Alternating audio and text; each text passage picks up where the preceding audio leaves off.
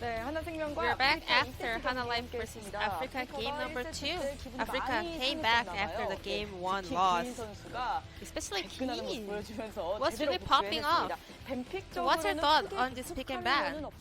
It was really just typical LCK style.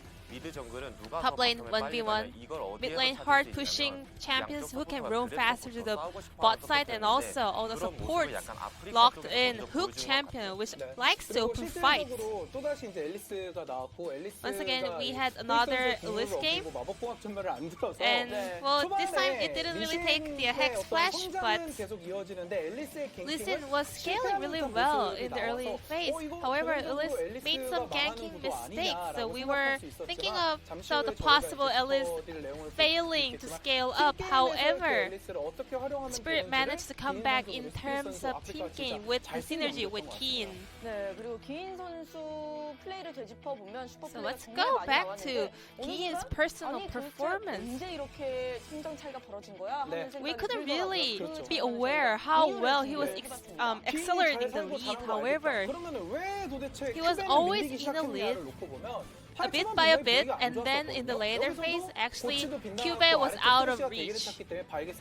So Elise actually just gave up this bot side Scaldu contest, so he just went for a mid lane gank. And then he moved to top side. Because Elise really strong in the top side of the map, Cube had to recall. Because for the blue side champions, they actually had no vision whether Elise is trying to Scaldu prep or camping for the top side gank. So Cube showed a big respect of the possible or potential Elise gank or counter jungling. So Cube had to check the blue side camp, so he had to waste so many minion waves. So this ended up into a level deficiency. Keen at this moment was already hitting level 5, but Cube was only in the early phase of level 4. Afreeca always go with the style playing around the top side. However, other teams, even though they know it, they cannot shut them down. Elise, it's really important to make a lot of points in terms of gank. However, even though she doesn't really do any ganks that is really present in the scoreboard, making those plays that giving so much pressure to other laners is also critical. Spirit, at first time, he tried to contest the bot side Scaldu prep, but he gave up, and quickly he tried a different playstyle, and it was really effective all throughout the map. Spirit was hiding from the blue side vision. He made all the Hanwha Life player to go for a shadow boxing for no reason. So we've seen so many montage highlights, but this was a really amazing escape from Keen. Well, Lee Sin went for an ult Q combo, however Leehan's Thresh used E, so actually Haru's combo was interrupted by his teammate. So maybe the teammates was not on the same page, and those kind of small hiccup can also landslide into a defeat. But at the same time, Keen was too fed at that moment, so it was really hard to just shut him down faster.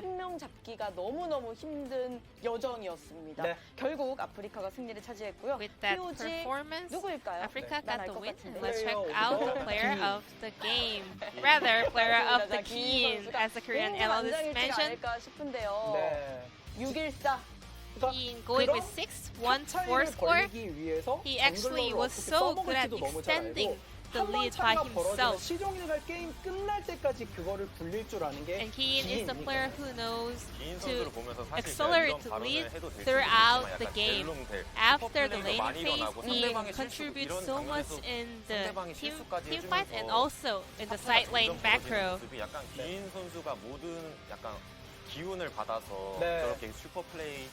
모든 장면이 나오지 않은가. We have so many super plays throughout the game. 맞아요. But sometimes it's about the pressure a player has. Because all the players are aware how strong, how mechanical Keen is. They are a bit afraid or scared to go into Keen. This can be also part of a player's ability. And another 12 votes for a single player. Today he picked up POG with full votes on his side. And let's move on to the final set for Afreeca and Hanwha Life Esports. Welcome back, guys. Thank you so much, Jason, for the Analyst Desk translation. Here we are, up to the final game of this series. And who is it going to be? I mean, we're back to the side where Hanwha were able to take advantage of good counter picks and a great draft in order to win game one. And then it all came crashing down when that gentleman on your screen finally found himself in this series. And honestly, in the LCK for 2020, it was a slow start for Keen, but that was utter domination. 38% of your team's damage as a top lane melee champion is insane. Yes, and that really was the Keen show last game. He was given an inch, he took it more than just a mile. Okay. Yeah. He stretched that several kilometers. Light years. Yes. Of stretching, yeah. QV just couldn't really do anything to come back at any point inside of the game, and the itemization that he opted for certainly didn't help either. But let's see what can happen in game number 3. Can they find him a neutralizing champion in a safe matchup here against Keen? Because I think that's what's going to be necessary for them to have, you know, a really good chance here in game 3. Well, we'll see where Afreeca are going to start as far as the bans. In game number 1 on the blue side, it was Diana, Yuumi, and Set that they took away. Hanwha Life, it was Akali, Lucian, and the Ashe off the board. This time, the Jarvan is going to be the first change up. No changes for Hanwha, but if it ain't broke, don't fix it. And it wasn't broken on in game number 1. And the Rumble will finally be taken away. Rumble was picked by Tempt in both games, so not going to have that one to fall back on. And I like this, actually identifying what went wrong. Set is going to be banned. I actually thought that it might be left available, as Afreeca have recognized that there is one champion that doesn't get banned that is completely broken, and they are going to pick it up as first pick. Now Haru gonna get the Elise for himself inside of this game, and with Set having been banned away, it's a little scary. The Xayah comes in as a means to try to dissuade Afreeca from picking down or taking champions that have easy access to the AD carry. And even if Nautilus does end up getting locked in with the Aphelios, obviously Xayah has her ultimate, so they trade ultimates. Yep, and popped that one. Oh my god! Oh. I think LS just fell in love, ladies and gentlemen. He did. Flies back on the Pantheon, but that's the Karthus for Spirit. Hello, Karthus. Now, by the way, Elise was available. Get out. Remember this. That's how important this is, because he could have picked Elise if he wanted to and chose Karthus. Okay. Okay? Well, there's more significance here.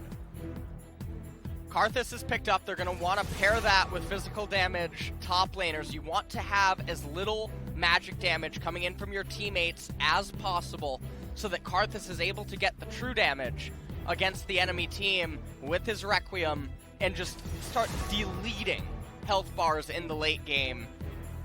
And so he is the best magic damage jungler that exists in the game. He has a condition, you do have to play around him, but as long as you go even and stable inside of laning phases, there's no jungler in the game that can keep up with Karthus in terms of clear speed and then just sheer effectiveness scaling into the later stages of the game. One of the true junglers that can actually be intentionally given resources. And this is another thing, they've identified that, and they've banned away the other true scaling champion in the Ornn, able to give away all of those cool items and stuff like that, and QV was able to pick up a win whilst piloting. They need to ban Soraka. Soraka invalidates Karthus, because as the Requiem's casting, Karthus, his R can be negated by it. Now, they can R5 the Soraka, they don't have to R4 it. If you R5 the Soraka, it's more likely that you can end up in a favorable matchup. And here in mid lane, you want to look for a champion that is both good against Pantheon and good against Karthus, and to some extent. So you're looking for champions like Lissandra or champions that have abilities that can somehow shield themselves. The Zoe is very risky. Yeah, Zoe not going to be able to shield herself from any of the abilities from either of these champions. However, if Zoe's played right, we know exactly what she can do. Mystic. Wonder whether it's going to be a support here or whether we're going to see the other solo laner. Might be Pantheon heading top lane, you never know. But Mystic thinking about the support to pair with this Aphelios. It's going to be Nautilus. There's that Nautilus that does end up getting picked up, but remember, Xayah will have modes against it. Now, Elise Repel, Xayah Ultimate, these are ways to dodge the Karthus R. Yep. But obviously, if Nautilus gets the ultimate out of her early, and then Karthus casts Requiem, well, there's no dodging. At that point, it also depends where Elise is going to be in her state with the Repel. Need a physical damage champion. Are you willing to blind Aurelia, Camille, things of that nature?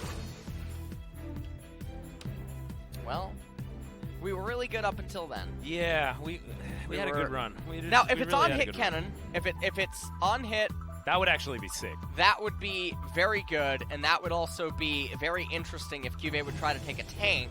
Now, Soraka should just come in here on R5. Soraka on R5. Do it, Cuvée. Don't be scared. Just, Cuvée, lock it in. They would be so squishy. As Quinn is going to be the decision here for Cuvée. It's not Soraka, but it seems fun. It's definitely going to be an interesting matchup up there in top lane. As Quinn is not the type of champion that, again, I associate Cuvée with. I just don't think you'd ever take flying type into electric type on purpose. I see what you did there. That is definitely a way to weave in the Pokemon analogy. Yeah, well, I mean, it's against Pikachu. Yeah, so well, that is true. You take your Pidgey into the Pikachu.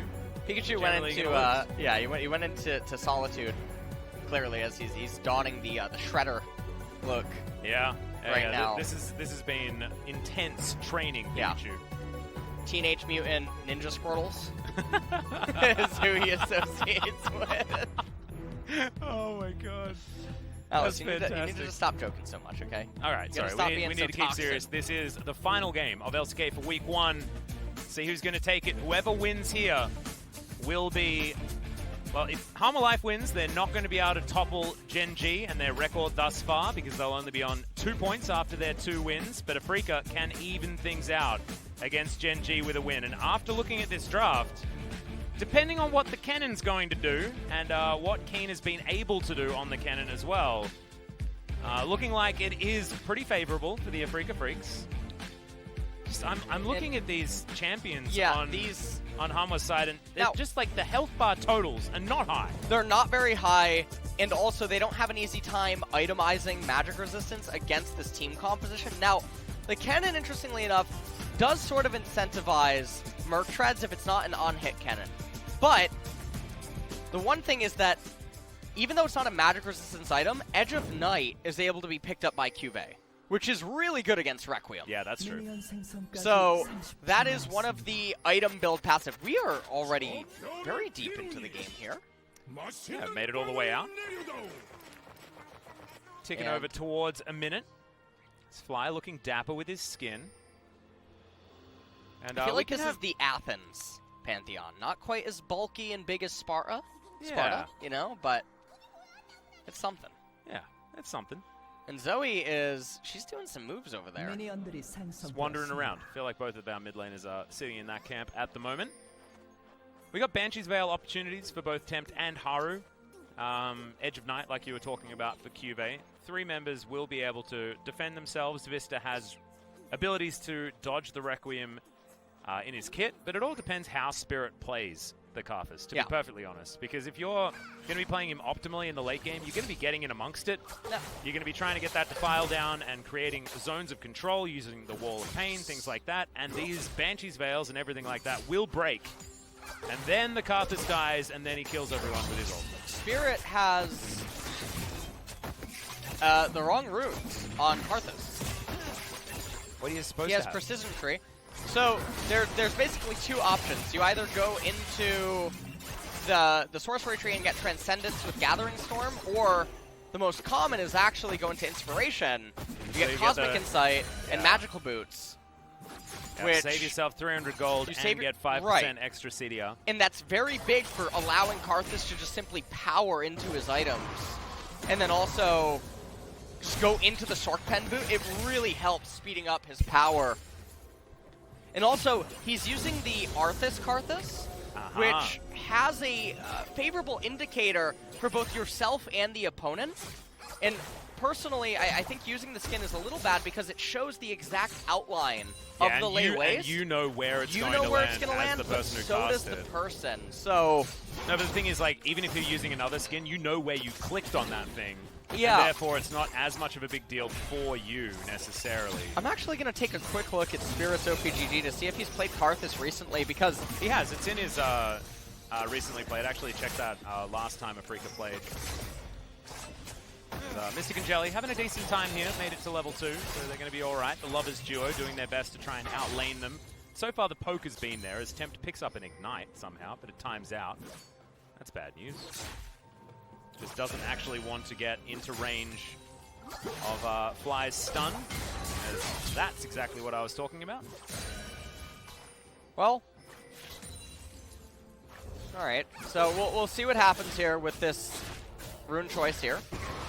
As so far, Karthus doing Karthus things. Already full cleared his jungle. Police not too far behind. Yeah, actually heading into Karthus' jungle now just to see what's up. Yep, Karthus already recalled though.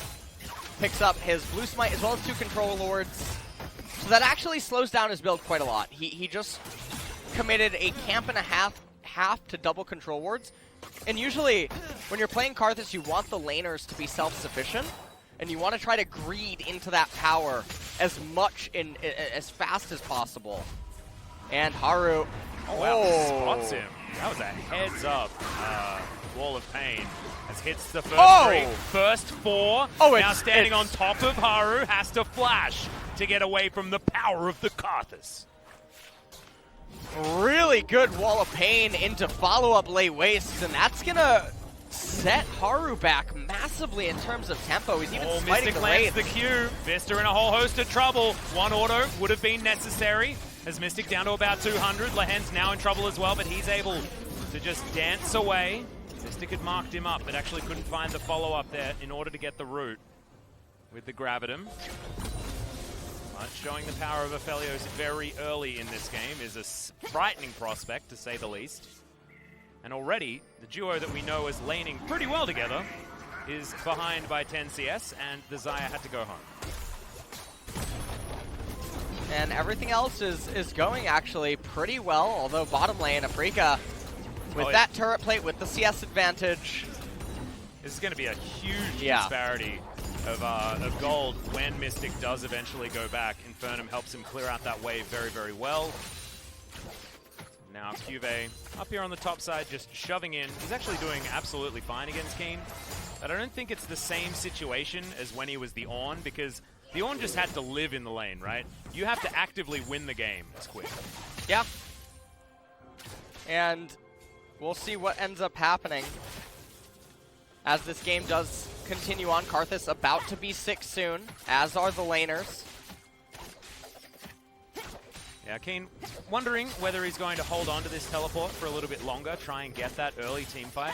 Probably not something that Spirit wants to do. He wants to keep fighting around his jungle, but I guess getting the stacks on his Dark Harvest would certainly be a good thing. Now, he's taking some of the lane XP, and this is something that you can actually do to accelerate him, because Karthus, his clear speed really does depend on the base levels inside of his points until he gets Runic Echoes.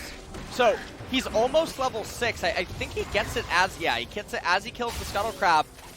And he is an entire level above Haru right now. Yeah, almost exactly. And we have yet to actually see, by the way. Yeah, he's currently hanging around towards the top side, as you can see on the mini-map. Coming down to try and steal away a blue buff. Currently Tempt actually having a great time up against Fly, just keeping him under this turret. Fly is getting these minions pretty well, as I say that, and this is one. I gotta stop caster cursing. I've been doing it so much today. It's real bad. His Temp is going to come steal this one away, but Spirit, he's already there. He knows what's up. Lay wastes get to work. He even throws out a spare one Start for the fun. Dragon, actually. I think it depends on how he's feeling. I think he's waiting for confirmation that Elise is on the left-hand side, and once he has it, I believe he'll start it. They know about Karthus. That ward just ended up dissipating. He's coming down here with blue, though, and with the Pantheon that's in close proximity, plus Wall of Pain, plus the Lay Wastes. And he's getting plate gold. Jelly moves out of range so that the majority goes to Mystic and Spirit. He'll get another plate as Spirit and Mystic holding onto the wave. And this is an Afreeca Freecs squad that are playing around their jungler and allowing him to succeed. 57-46, few camps in the lead, ahead of Haru. Yeah, now he's going to start the Infernal Dragon, and this is really nice to pick up for this team composition. All champions that want to be doing damage. Now, one of the things also going on here, he's going to recall into Runic Echoes that he's going to be able to full clear his jungle south to north, bottom to top. Now, Cube recalled into Hexdrinker first item before Keen has. Keen has option to just say, hey, you know what, I'm actually not going to go magic damage on Kennen, and I'm going to make that item virtually negligible, although it will protect against Requiem almost entirely. That's a good point. Bilgewater Cutlass picked up. Well, there's the ulti to come down from Mystic. Calibrum damage in there. That's how you get a kill. You just say, send in the Karthus, and he'll pick that one up. The Moonlight Vigil with Calibrum is so dirty, as we saw in the last game. I love it. I love it so much. Yeah, you're a big fan? I'm a big fan. I know. Laners, you don't care what it is, as long as it's something that's really toxic to play against, right? Yes. Well, you think the opponents are having fun right now? Welcome to Eladios. Yeah. They're absolutely yeah, not. Eladios and Karthus, I think two champions that you just, if they get to a certain state, you actually just can't do anything. So, this is a 5-plate at 9-minute bot lane Infernal Drake for the Afreeca team composition. And Lahed looks like he's panicking. Yeah, we're looking for a hard engage now as Vista pulls back the feathers, but it's not going to land on a Mystic. Infernum has been brought out as Spirit. Going to come on over. Temp, Lay Waste, going to miss, but he's got the heal. Takes a turret shot. It's not what you want, but the stun is just off cooldown, and Keen isn't coming down. Spirit flashes for it. Now waiting for that Wall of Pain, but honestly he doesn't need it because Fly has the stun. And Afreeca, they force the gank, but they get it. And Vista's down to 100 as the dust settles bottom lane. And it just really feels like it's all over in this game. Karthus is so far ahead. He's going to pick up the Rift Herald right now. He also has Ravenous Hunter, not Ultimate Hunter. So it's not like he's going to really take any damage from this. And again, Keen has the option to just go into Blade of the Ruined King on Kennen and try split pushing on him.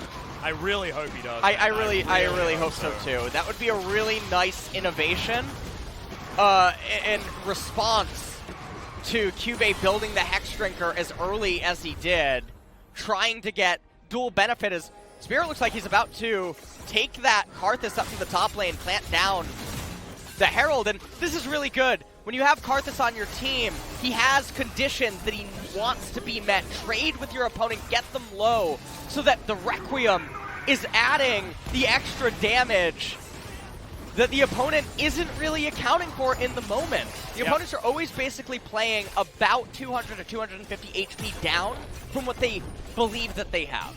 And also, look at this moment, right? This is just Afreeca moving as a unit to the top lane, projecting exactly what they're going to do, and Hanwha Life have no answer. There is no option. Shelly just removes this turret. I believe, yeah, it was Shelly, not Shirley just yet. We're still early in this game. And that turret's going to be taken down as well. The global gold advantage is over 3,000 at 11 minutes. How much? Sorry, 9,000? 3,000? I said 3,000. Okay. Yeah, it is 3,000. Yes, right? it is. Yeah. What did I say? No, I was making a reference. Oh, okay. Over 9,000. Got it. Well, Cube can get Requiem. Yeah, they can't. By the way, Keen has Ninja Tabi. Yeah, Keen has Ninja Tabi. Keep hoping. And the exhaust came out from Cube, which obviously mitigated a lot of the damage. The Karthus Requiem does go on cooldown. I don't even believe that he got a Dark Harvest stack, so a little bit unfortunate there. I think they really didn't anticipate how much the damage reduction from the exhaust would be, and they just miscalculated that. Total damage dealt. Cube, sorry. Haru's doing a really good job there. King just built a book. 190, and you know, he hasn't been able to do anything. He ended up falling behind in the jungle. He tried to make a really intelligent play, waiting in that brush at blue for the Karthus to restart his route. And if you pick Karthus off right there, you're going to stay ahead of him for so long at that point. You're going to steal both of his camps that just respawn. Everyone's going to have map hacks. You know that he's going to Wraiths. You know that he's going to Golems. Very easy to play around him at that point, but Spirit, a little bit of a savant reading it with the Wall of Pain.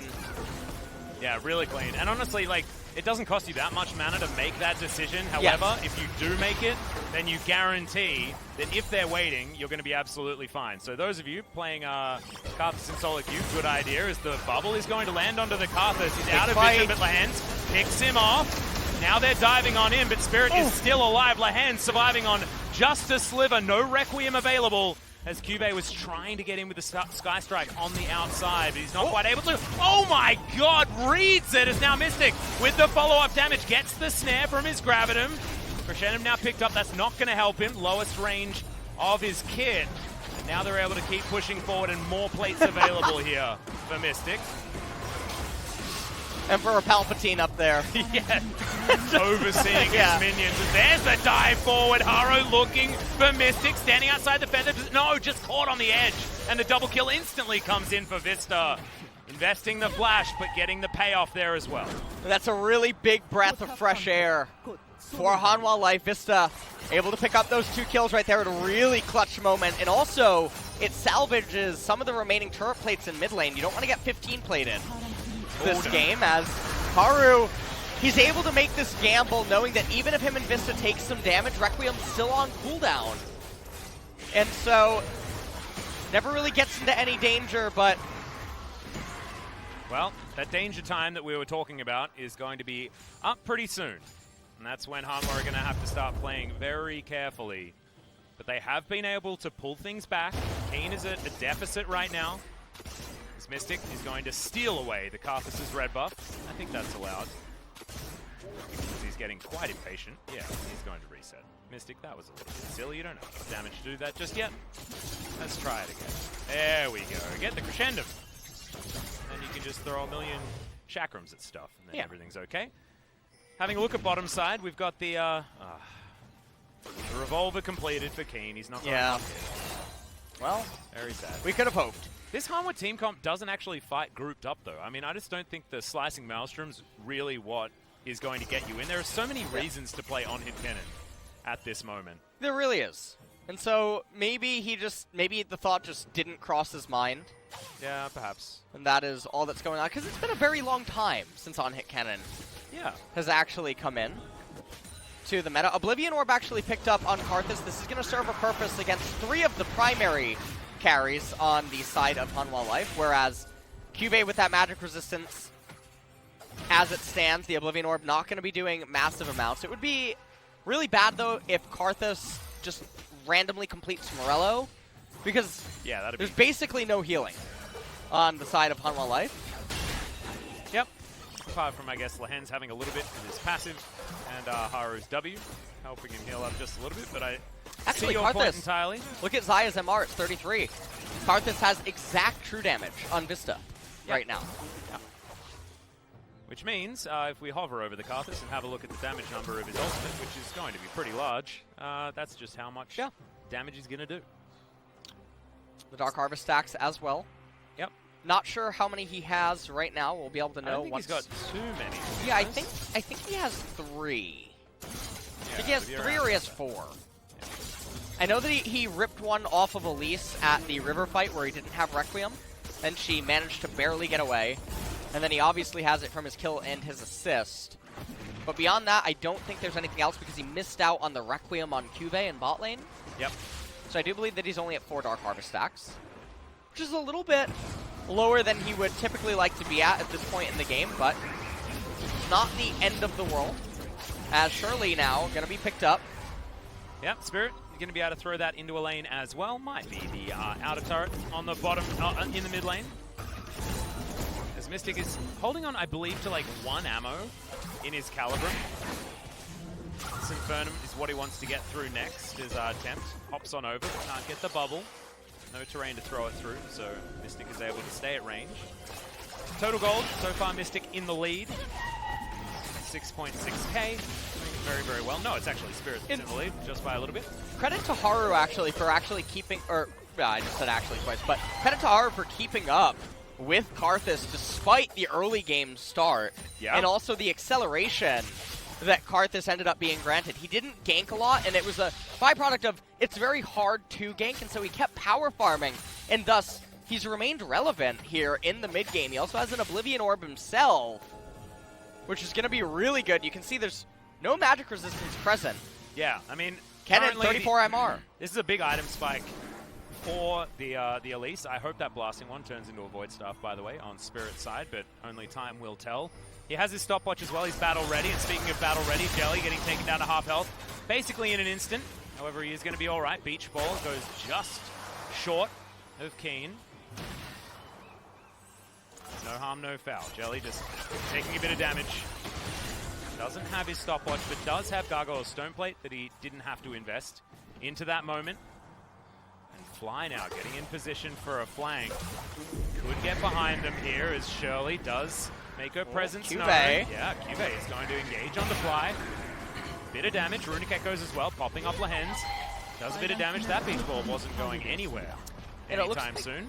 Hanwha Life is potential. Oh, yeah, they're between about 3 decisions very dangerous. Right now. Yeah. Kempt is going to be able to kill Shirley as Kane looking for an opportunity to find a way in. Harrier utilized by Cube, trying to spot them out as this third Drake of the game is going to be denied. Afreeca don't need to fight here. They're playing around core item spikes. This would actually be one of the closer fights Hanwha Life would actually look to take. This is when their items are probably at their closest points while Afreeca is pooling a lot of gold on their champions. And they haven't recalled yet. So, in terms of on-field battle stats, you just look at all of the items. Elise is really close to Karthus. Yeah. When you consider that they're basically pound for pound. Pantheon really close to completing, I believe Edge of Night is going to end up being his first item. Unless he goes to finish his Black Cleaver as soon as possible. Yeah, that would be pretty far away. And Kennen just sitting on the Gunblade means that Quinn is actually ahead of Kennen right now in terms of on-field stats, so... Also maybe ahead of the Kennen in gold as well. You can see the CS deficit's actually quite high. Going to take this Rip Scuttler as well. And stealing away any sort of jungle camps from a Karthus comp is a great idea. Mystic just trying to get to that Hurricane as soon as possible. Karthus Recalls actually picks up the Morello, and there's just not really any healing. I mean, you have Zoe's heal active, you have Lehens' heal active, but beyond that, there's not that much reduction. And typically, he's only going to apply it via the Requiem, which means that it comes in typically at the end of the fight when he's already executing them. So there's not a lot of room left for their healing to come online. There is merit in starting a fight with a Requiem, but not if Hanwha are going to build all the items that are required in order to just stop that. Edge of Night, for example, and Banshee's Veils, things like that. Going Leandri's here would just be a lot better, especially because you don't need to actively look to fight right now. You're still actually a couple of minutes away until Kennen completes second core item, Pantheon completes the Black Cleaver, Aphelios completes his utility item after purchasing the Essence Reaver and the Hurricane. And if that ends up being the case, you sit on the Oblivion Orb, and you invest the 1,400 gold plus the assumed gold per minute that Karthus can get while farming his jungle camps and even some lane XP, and he can probably show up at the next team fight with a Liandry's or with a Void Staff while his teammates also complete their other core items. Right now we're watching Keen on the bottom side. Haru was there, but Lehens now might be in trouble. Jelly, that's the wrong direction for that hook. As our friend Ejin would say, it was heading towards Narnia. And that is not going to hit anyone. Just FYI. This turret is going to get brute forced. Haru shows himself, and they will be able to take that one down. But now Afreeca knows they can make an aggressive move towards this top side. Lehens pretty tricky with the Grand Entrance. Going to use it to exit towards the Blast Cone. Uses that to create enough distance for safety. Now Afreeca own this top side entirely. Mystic with the Calibrum Crescendum combo is a siege machine right now. Sentry turret, as well as all of the long-range bullets. And an Edge of Night is done, but it's done by Fly. So not the Quinn, who we were expecting to potentially pick that one up. She's actually nowhere near it by the looks of things. That BF sword, I don't know where that's going, but it's certainly not going to be... Think it to an Infinity Edge. Tonight. If you would, well, the BF sword on Quinn, and even on Xayah, it's most likely going to be an Infinity Edge, but I feel like normally would be an argument to go Bloodthirster on Quinn, but because the Morello is already there... Oh, this cheeky ward is hella cheeky, by the way. Hanwha know exactly what's going on. Jelly trying to tank this one up as Mystic. Shows that he's doing damage to it. Fly hasn't dropped his shield just yet as Lahen's going to pop before anything happens. Requiem comes down as well on top of Fly coming in Look at at the same that damage. time. The Moonfall's gigantic as Mystic looking for Cube, finds the high range at least, but Cube going to have to run the heck out of there. Fly in trouble. Does he actually have any of that damage mitigation? The answer is no, but they're not going to hit him with any abilities, and Afreeca just pick up a kill on the top laner and the support, and they'll back away. Jelly dies as well, and it looks like Afreeca aren't going to be able to do the Baron. Well, no, they're going to start it back up again. Never mind. You forgot they have Latios. They have Latios, and they have a lot of damage coming out of Spirit.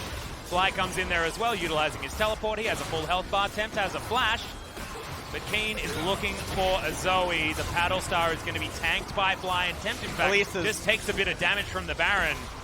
Way too far away, and it's not like Zoe has her regular flash and that there's a smite that she could pick up to try to go for some sort of a steal using her R or even her flash. And let's take a look at how this all transpires.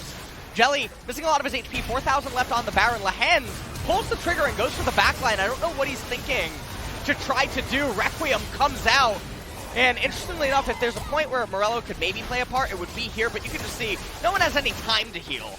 No. As they're all running for the hills. And you saw that Requiem damage on all of the targets that don't have magic resistance, because Karthus is dealing true damage. And so, even though there's the Kennen that is building some... Well, that's a cute balloon. Well, that's actually really cute. Yeah, they're really cute, like right? Yeah, I like it. Yeah, I think that was a very adorable spellcast. Or Actually, I feel like the balloons are very different now on this patch because we see less, I guess. Yeah. Because normally you just see the icons for the things, but I haven't actually seen icons. I've just seen balloons everywhere, and it's way better. I love this. That balloon was a great distraction, by the way. Totally took my mind off what I was trying to say. So, you were just talking artist about Karthus again. Yeah. So you can go back. Okay. I'm happy to listen to it again. Credit to the artists that drew those Zoe balloons on the minions. I think it looks absolutely fantastic. Yep. Very definitely cute. Makes me want that skin. Yeah, and you can actually purchase it for yourself. Utilize your Riot points in the Riot store, and that can be yours. Thank you. Not too much money, especially if you take your parents' credit card. No, don't do that without permission. No, you can't do that without permission. No. But if they're nice parents, they'll let you use it. As the inner turret, I'm going to take a bit of damage here. So, and Afreeca just in entire control. This Baron allowing them to lay waste to the Rift. I see what you did there. To Spirit's Q ability. Haru looking for a flank, but is that the flank that he wants? As the Moonfall comes down, that is the Graviton, so that means Cube is going to be stunned. And then the Dredge line, the depth charge, everything comes forward, but Cube survives for a long time. Xayah picks up the kill onto the Karthus, and now the Requiem is going to come in. Jelly's dead, but Cube able to tank through that one. The lay waste almost taking out Haru. But otherwise, that is an example of Afreeca biting off a little more than they can chew. There was no reason to do that, especially because Quinn is the tankiest member, as weird as that sounds, on Hanwha Life. Outside of course, the Rakan that has the stopwatch and all the magic resistances. So, take a look at it one more time. Mystic lands a really good ultimate on Aphelios. Roots Cube down. Slicing Maelstrom comes in, the exhaust, but then Lahen, just on the horizon, comes in, locks everyone up. The Requiem ends up being cast, but not quite able to get the kill in the end. Not sure if Spirit cast the Wall of Pain, actually, when he was in his... I think he cast it initially. You get it back off cooldown again as soon as you enter your dead state. It's been a while since I played Karthus. I actually play him all the... I play him all the time. I think you... No, you don't. You definitely No, you don't. don't. You don't get No. Requiem back or anything. No. You're right. It's late, guys. We are cresting 11 p.m. here in Korea. Do you know that I believe that we've had 4 out of 11 days almost go to midnight. Yeah, and you know, Brendan had one, I had one, and you had all of them. Yes. And, Thank you. So now we're up to the last one, meaning I'm the lucky man. I get 2. Feels good. I'm the lucky one. I know, I get to have all you of them. today. I know. Thank you. You just get all of them. You get 2 different friends, whereas we have to wait for our second friend to come up. Brycey Jim Paul is soon to arrive. Sometimes these visas are difficult to get. Complications happen. Yeah, you know, they definitely do. And then LS has to cast for an extraordinarily long amount of time. I'm looking forward to it next week. Oh, heck yeah. As well. And I'm looking forward to actually more matches that Afreeca and Hanwha Life both do play. It is nice to see their drafts and the way that they play around the champions as well. Yeah, I mean, I think Gen G is another example. They had a good day yesterday when it came to drafts and builds and things like that. So Gen G had a phenomenal performance yesterday. Yeah, really, really it was good. Very, very fun to watch. Especially after what was a pretty disappointing start, to be perfectly honest. Gen G felt like they didn't come out the gate as strongly as they would have wanted against a KT team that didn't really show us anything in the Casper Cup. Yes, they have a lot of well-known names and things like that, but just doesn't seem like the cohesion is there. But seeing Gen G really strike back was very impressive and heartwarming. Afreeca and Hanwha Life, these are another 2 teams. I wasn't expecting Hanwha to be another one that would be to work to look out for, but they've certainly proved us wrong. Fly was actually just randomly casting his Qs in order to charge up his passive. It's not that he was just spamming abilities loosely. Yeah. Pantheon has been reworked. Fill up those red things, guys. That's how that one works. Do that, good stuff will happen. It's the Dummies Guide. Wall of Pain. Going to land, but as will the bubble. Now Spirit needs to be protected. Tempt actually taking a lot, as I believe Moonfall's still available. And we've got Crescendum Calibrum. I don't know how Mystic does it, but he seems to always have these 2 guns. Fantastic in these sort of siegey scenarios, especially now that the Runar's Hurricane is completed.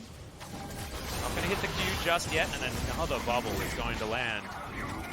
Tempt showing the power of Zoe at around the 20 to 40 minute mark. Okay. Requiem comes in. He's going to get a very early Featherstorm out of Vista, and now will not have that available for the ensuing fight, as now Cubase thinking about a flank. He gets slowed down, massive burst damage as that one comes in, and Spirit flashes over the wall. Now it's a flanking Karthus scenario as Haru flashes and just misses the cocoon and goes straight to the death chamber.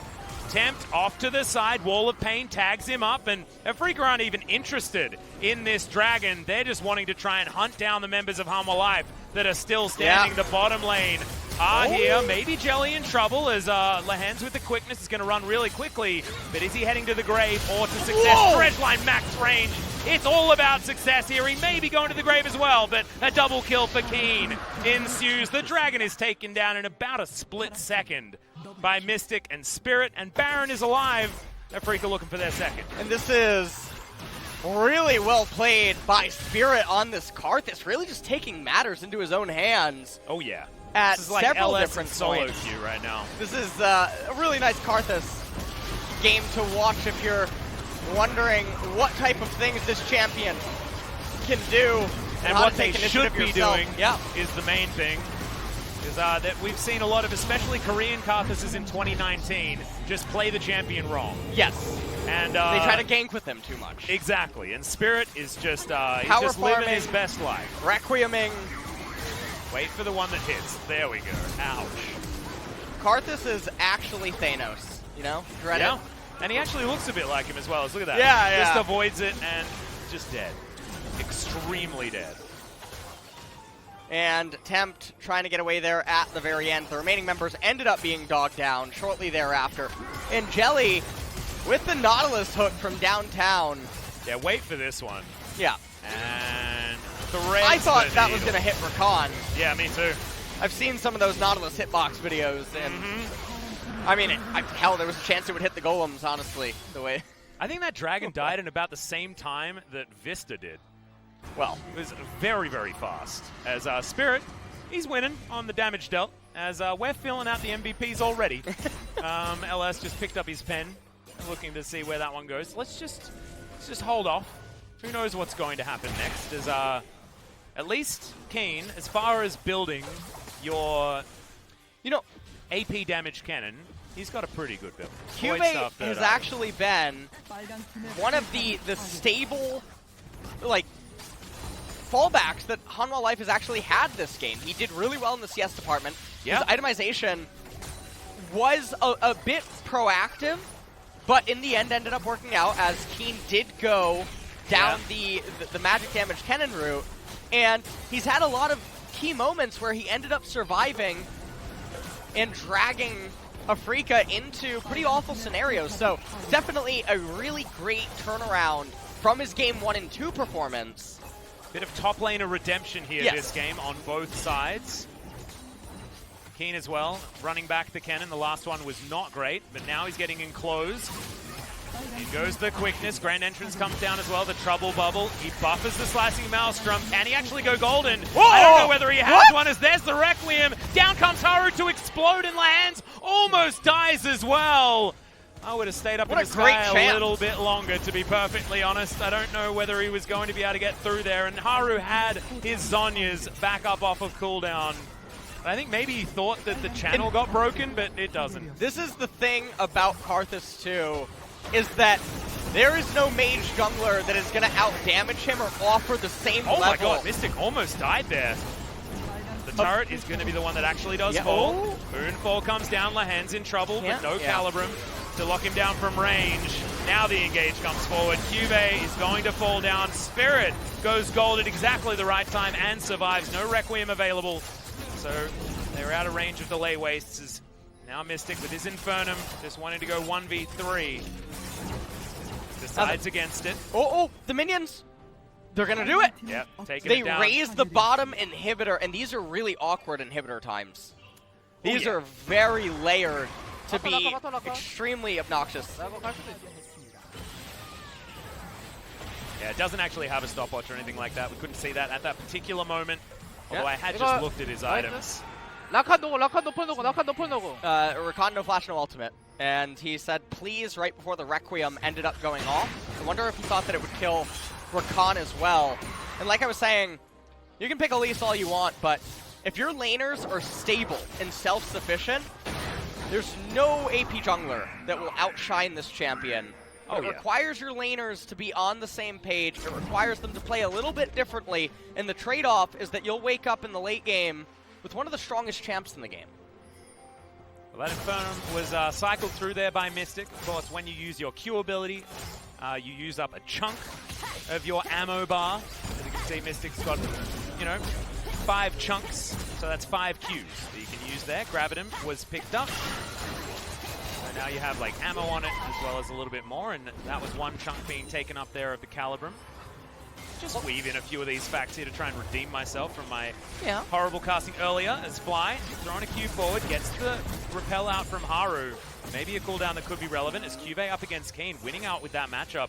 And then the lifesteal working out for this Quinn. All they have to do here is not fight. Inaction is action. Hanwha Life Esports is zombies. You're in a room. There's no Nexus. The army is on the way. The Nexus is just dying right now. Yeah. And so, this is like Hanwha Life are playing. Oh, there is one Nexus turret. I apologize. But yeah, this is like they're playing a tower defense game at the same time as League of Legends, and Afreeca don't have to play the tower defense game. That's how this works. Deathcap. Everything's being picked up here by Afreeca. Yeah, this is going to be the final push. There is no Thorin that's going to come running out in this Hobbit. Nope. As this is definitely going to be the fall. Also, great itemization out of Fly. Pure defensive utility. Requiem coming in early. Yeah, we're starting up the fight with Attempt taken almost down to death as Cube's an afterthought in the back line. The Moonlight Vigil does fly forward as Lahen's tries to get the quickness onto a few members. So far, they're actually doing decently, but Mystic is still alive, flashing with the onslaught onto Tempt, who will come back, but only to his death as the Grand Skyfall comes in. And Fly, you can't block that one, mate. but he still will win the game. Afreeca, they come back from an awful game 1 to win back-to-back games and lock down top spot alongside Gen G here in the LCK after week 1. And Spirit feeling extremely relieved, it seems, after that game. And I always like seeing this champion hit Summoner's Rift. Not every day. Really? I think we're all surprised. I think Yeah. we're all surprised about your feelings towards Karthus. I don't think any of us know I feel how like you feel. In the West, he is so underappreciated, and it's so bizarre. So anytime he shows up here in the LCK, I always do want to spend a little bit more time to talk about him. And I think it's more worth talking about it when you've got Spirit who plays it so well, you know, because you get to then witness what Karthus is supposed to do. Karthus isn't supposed to be ganking. It's supposed to be power farming, controlling the jungle like a puppet master, and then the laners just don't die to ganks. He gives you map hacks because he clears so fast. He acts as a living ward, and then your laners take intentional trades to keep the HP in all the lanes low, and then the Requiem comes in, and the enemy laners can't account for it, and the jungler just says, what do I do? Yeah. Because the jungler is also trying to get around the jungle, having to deal with Requiems coming down all the time. And that's his strength, that's his acceleration. He doesn't slow down. Yeah.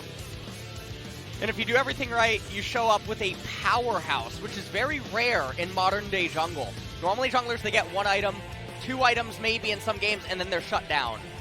But truly a really nice showing here. Spirit feeling very happy. I love Uv.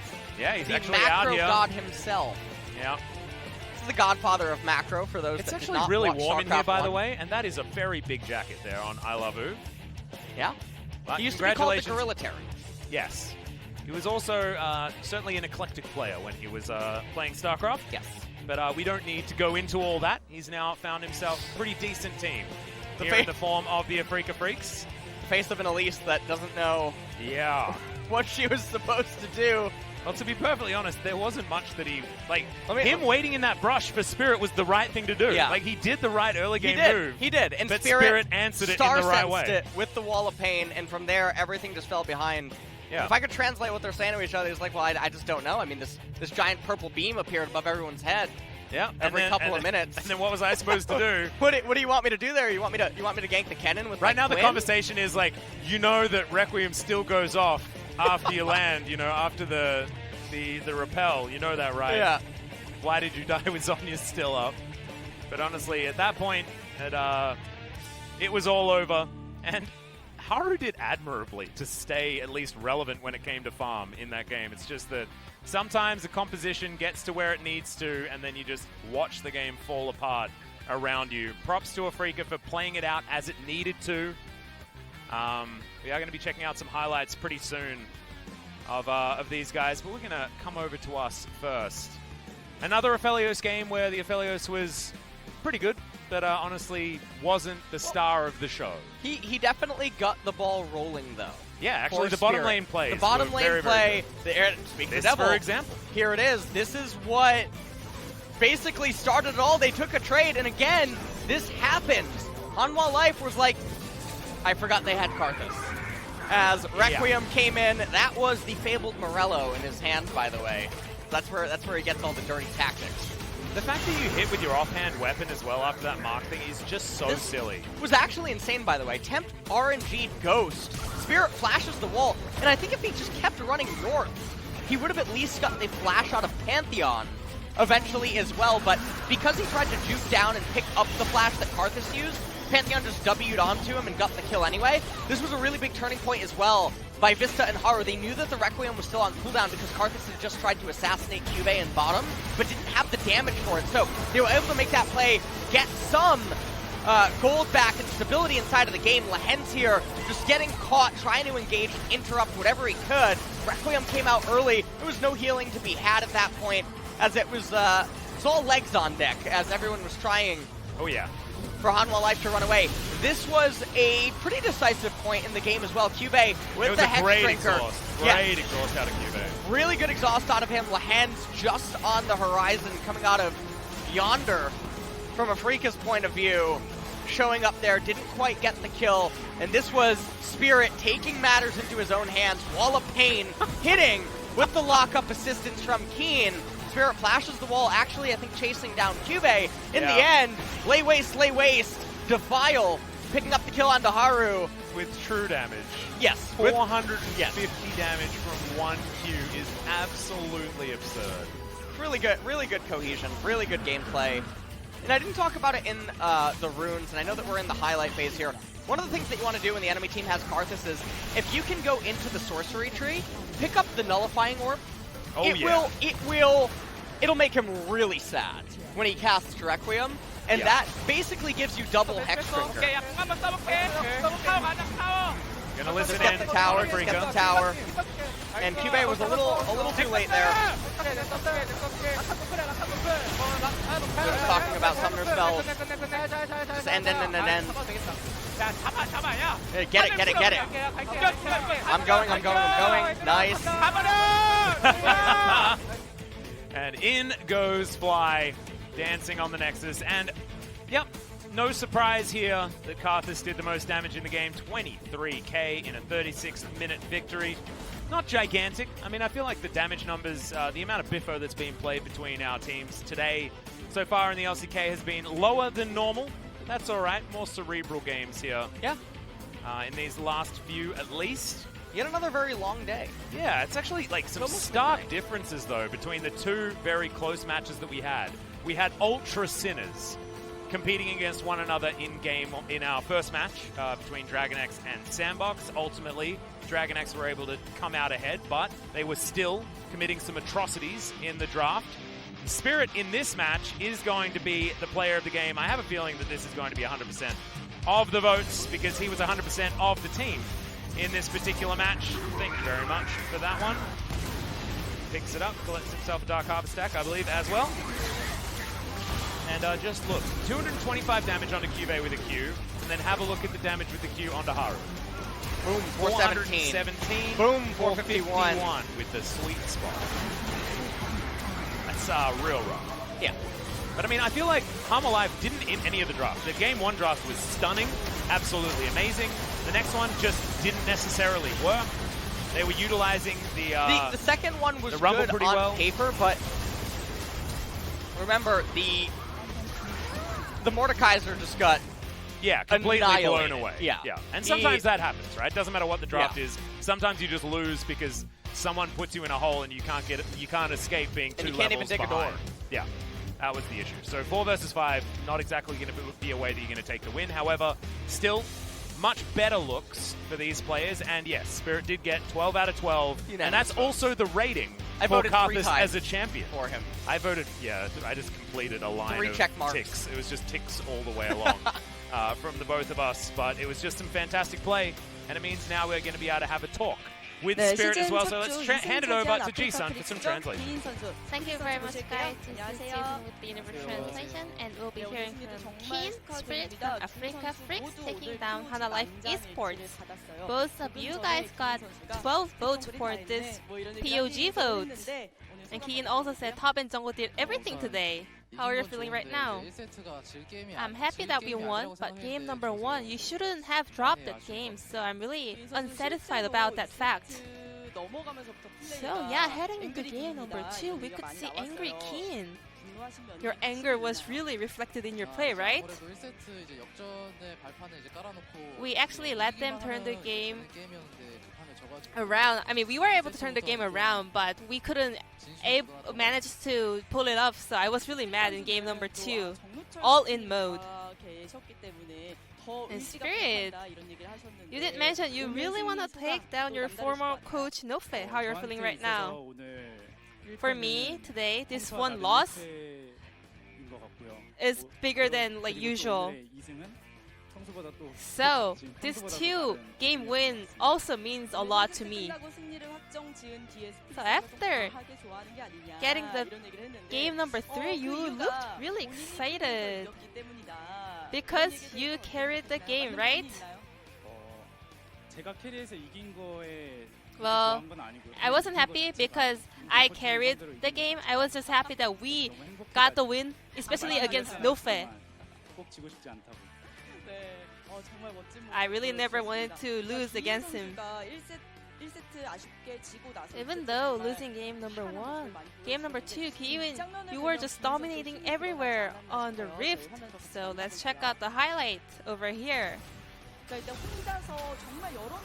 So you were buying so many time all by yourself. What kind of calls went back and forth? I told my teammates I'll be having a fight over here. So there were a lot of opponent players coming to get me, so the rest of the players were going for the Baron. And also you had a 4-man turret dive in the early phase, but you managed to survive.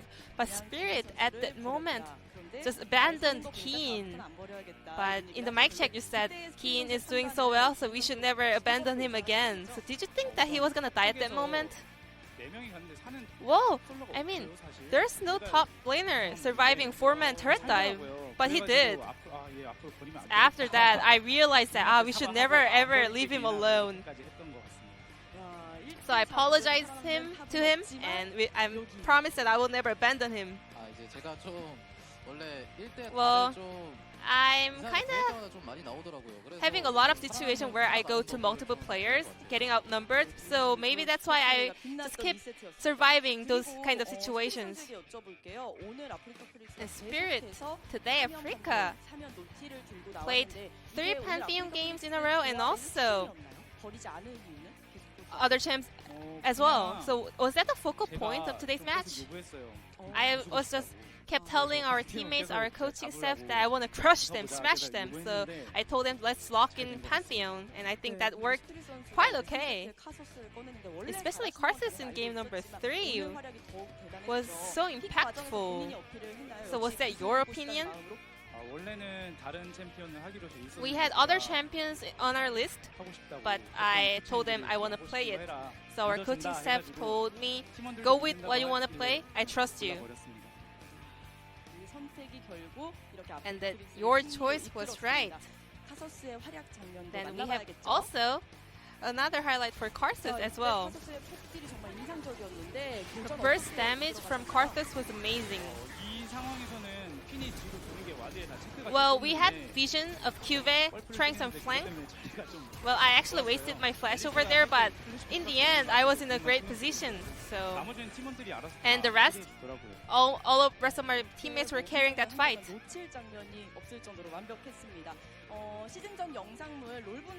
So, especially the segment we had before going into the spring split.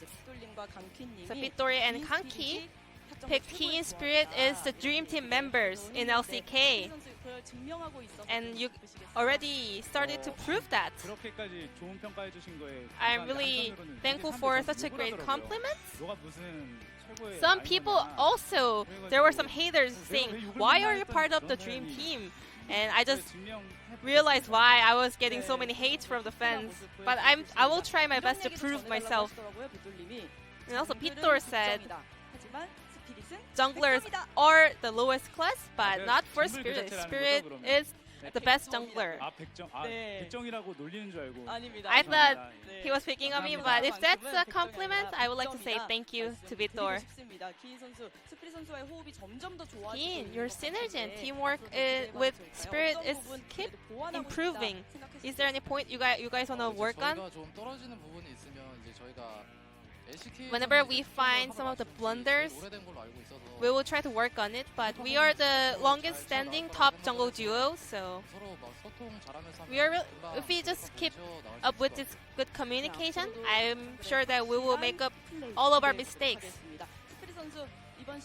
Spirit, what's your goal for the split?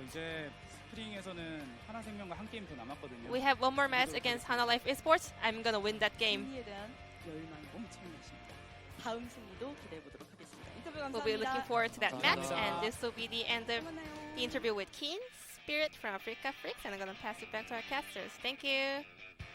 Thank you so much, Ji-Sun, as usual, for your fantastic interview translations. Great to hear from the top and jungle duo from the Afreeca Freecs. Both of them taking out the 12 out of 12, unanimously the best players of their games, but very different game to game, you know, and in the loss, you know, Keen looked like he wasn't there, came back on his Aatrox and demolished Hanwha Life almost by himself. And that is going to lead us to these standings. +3 for the Afreeca Freecs and Gen G. DRX with their 2-1 victories in both of their matches. They're 2-0, however, only 1 point is between them and Gen G and Afreeca, so they will be remaining in top spot. But Dragon X, another team that stayed theoretically undefeated as far as match score, and will also be up there, Lone Wolves in the 3rd position.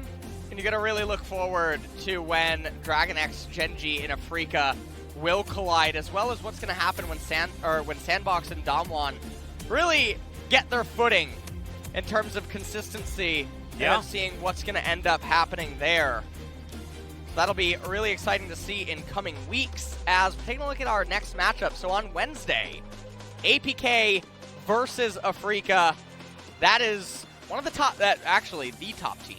That's a real tough one. The league versus... The next match, though, is really exciting. Griffin versus Sandbox, of course, our 2 promoted teams that came in the middle of 2018.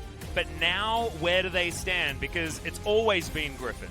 It was Griffin at the start. It was the Griffin at the end of last year. They haven't changed that much, but they haven't picked up a win yet, and it's been a great start so far to Sandbox, despite falling to Dragon X. Speaking of which, a tough day for Dragon X. They have to face both of the teams that we just saw go up against one another in what was a pretty close match. Hanwha Life and then Afreeca on Thursday and Saturday, respectively. Otherwise, we do have a telecom war between KT and T1. It's a different style of telecom war right here, and KT no longer the team that we know and love. They're definitely more an amalgamation of old Hanwha Life and old Afreeca. However, still going to be some fun games to watch next week, and only a couple of days to wait. We're going to give this gentleman a bit of a rest, his first 5-day week, so congratulations, well done, and we'll see you next week, guys. Good night.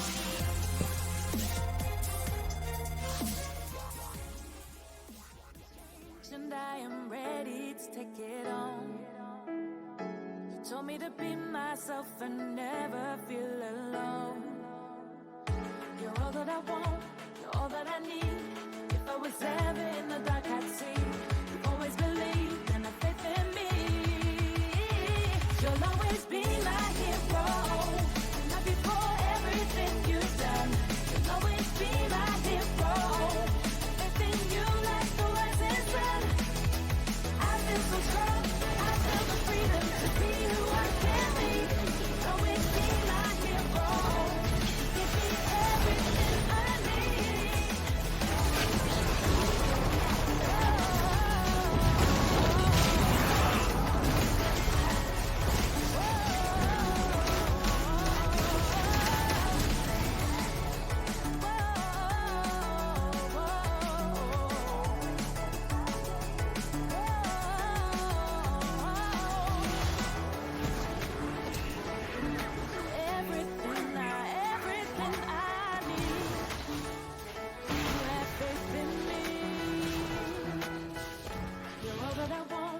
All that I need. If I was ever in the dark,